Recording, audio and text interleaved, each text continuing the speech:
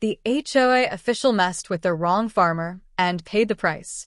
I woke up expecting just another regular morning on my farm, sun rising, birds singing, coffee brewing. But instead, what do I see? An HOA official's car parked smack dab in the middle of my property. And let me tell you, I don't even live in an HOA. Who in their right mind thought this was okay? At first, I tried to be civil. I gave them a chance to do the right thing.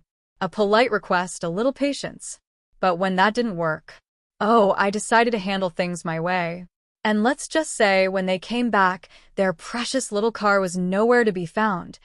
Or at least, not until they smelled it. A rude awakening. Jake stepped out onto his porch, stretching as the early morning sun painted the sky in warm hues. Steam curled from his coffee mug as he took a deep breath, savoring the crisp, earthy scent of the farmland that had been in his family for generations. The golden fields stretched endlessly, a peaceful and familiar sight. But today, something was off. Right in the middle of his land, sticking out like a sore thumb, sat a sleek, jet-black SUV. It gleamed in the morning light, its polished chrome reflecting the sun like it belonged there. But it didn't. Jake narrowed his eyes, setting his coffee down. It wasn't one of his vehicles, and his workers weren't careless enough to park something that fancy in such a stupid spot. It was blocking his barn entrance, right where he needed to drive his tractor later. Maybe it was some lost tourist? It happens sometimes. City folks thinking these dirt roads led to some scenic overlook, when really, they were driving straight onto private land.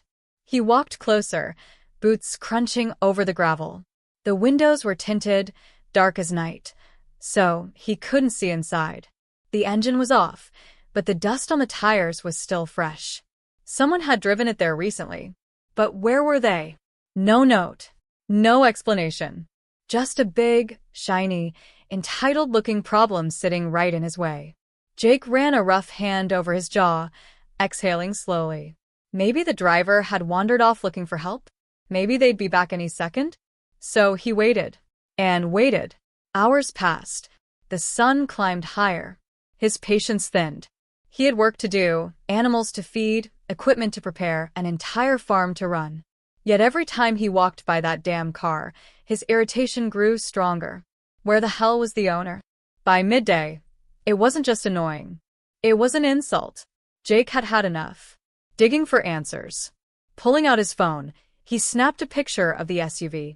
If he was going to get to the bottom of this, he needed to ask around.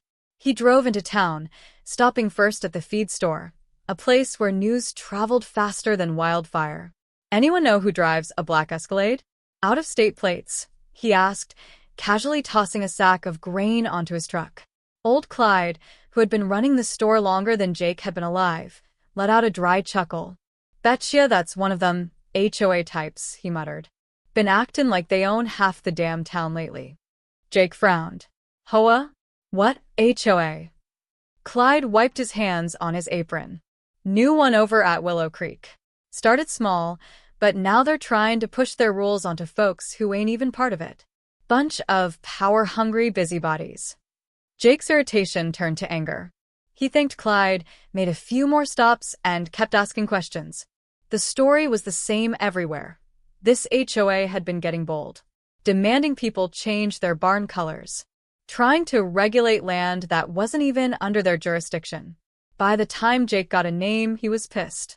Linda Monroe, HOA president. A woman with a reputation for being, to put it politely, a royal pain in the ass. It didn't take long to find her. Confrontation at the cafe.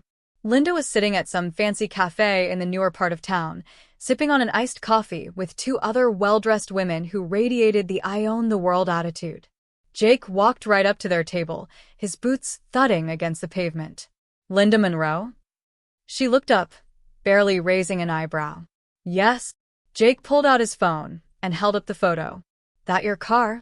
Linda barely glanced at the screen before waving a hand dismissively. Oh, that? My assistant parked it there this morning. Is there a problem? Jake clenched his jaw. Yeah. It's on my land. Linda took another dainty sip of her drink. Oh, we assumed no one would mind. It's just a farm after all. Just a Farm. Jake exhaled slowly, trying to keep his temper in check. Move it. Now. She laughed. A light, condescending chuckle. Then turned back to her friends. Honestly, some people get so worked up over the smallest things.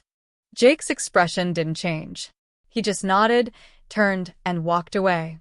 Linda had no idea what she had just done. But she was about to find out. They made a big mistake.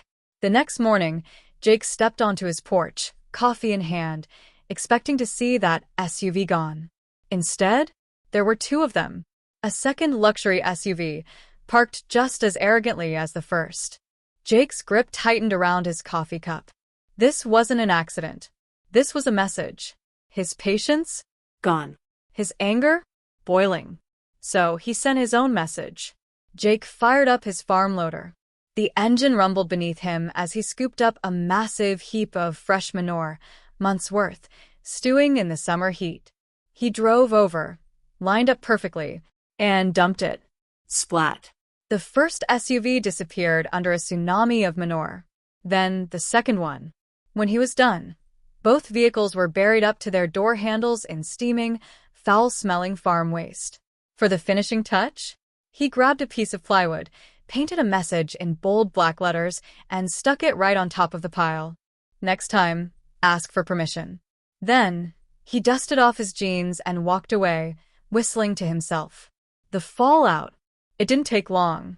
An hour later, a car screeched to a halt outside his property. Then came the screaming. What the hell? Linda Monroe stood in front of her now manure-encased SUVs, her designer heels sinking into the dirt. Her perfect little world had just come crashing down. And Jake just smiled. She had messed with the wrong farmer, and she paid the price.